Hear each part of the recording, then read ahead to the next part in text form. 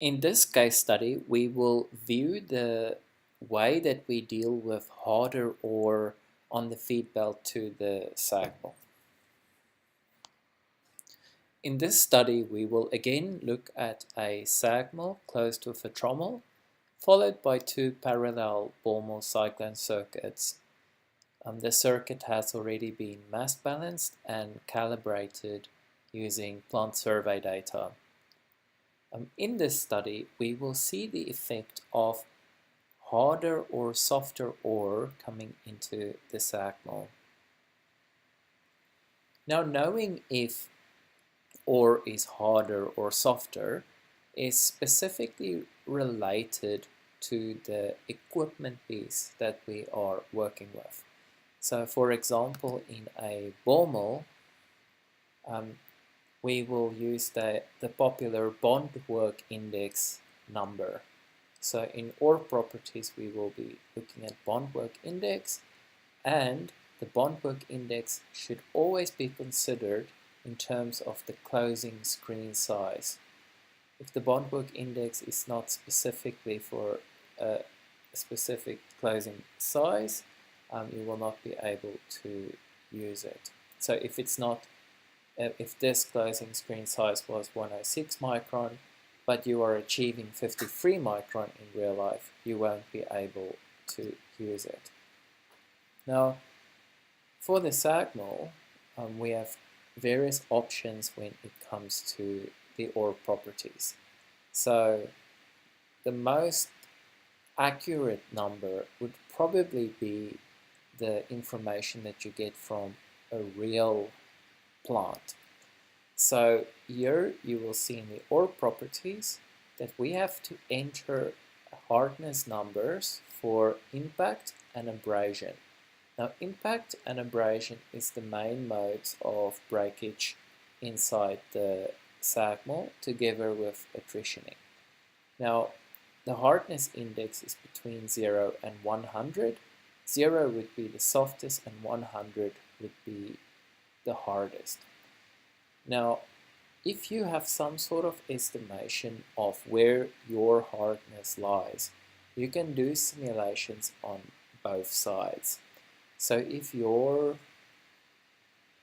ore on the belt is at about 60, you would do simulations on, let's say, 50 and 70. So on both sides of the ore hardness where you are working on. Now previously, when we calibrated this plant, I'll show you. So when we mass balanced and then calibrated the plant, our calibration result has shown us that for the SAG mill at the time of the plant survey, the ore hardness here, the overall ore hardness index, was at about 62, meaning that this was a medium hard ore.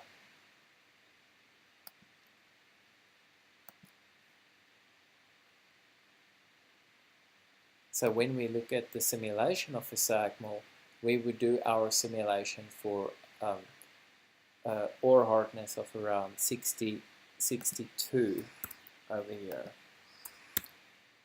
Now, if we want to simulate a harder ore, we would probably go to 70 and a lower ore around 75, over 50, about 55.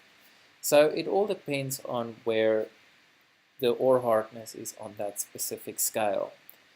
Now, furthermore, we can also use other laboratory tests to estimate a number from 0 to 100. But it is always important to use this estimation with a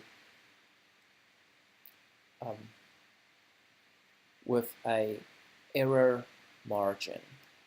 So, for example, we use the bond work index to make an estimation of the hardness in terms of impact and in terms of abrasion. But it is always important to simulate within an error margin to make sure that your simulations are correct. In any case, it is advisable to do simulations over a range of ore hardnesses, because when you do a specific laboratory test, it's probable that that sample might not have been representative, or that there is some sort of experimental error in the method of the test.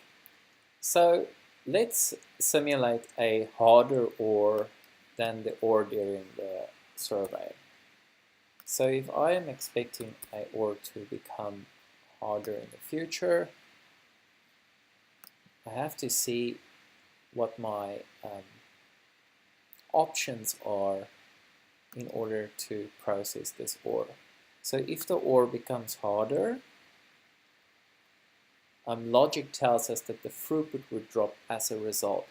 But perhaps you can do something on the plant in order to prevent this drop in throughput.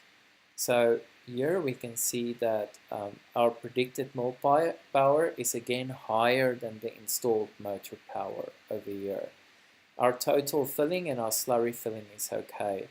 So it's easy for us to see here that the best option would be to reduce the mill speed or to drop the throughput in the next simulation.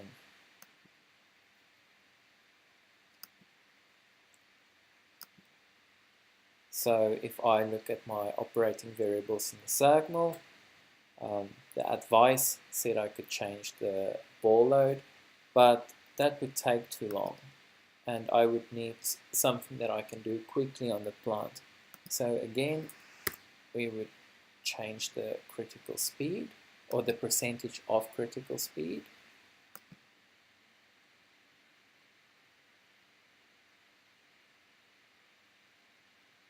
And when I change the speed, we can see that the SAG mill has gone blue.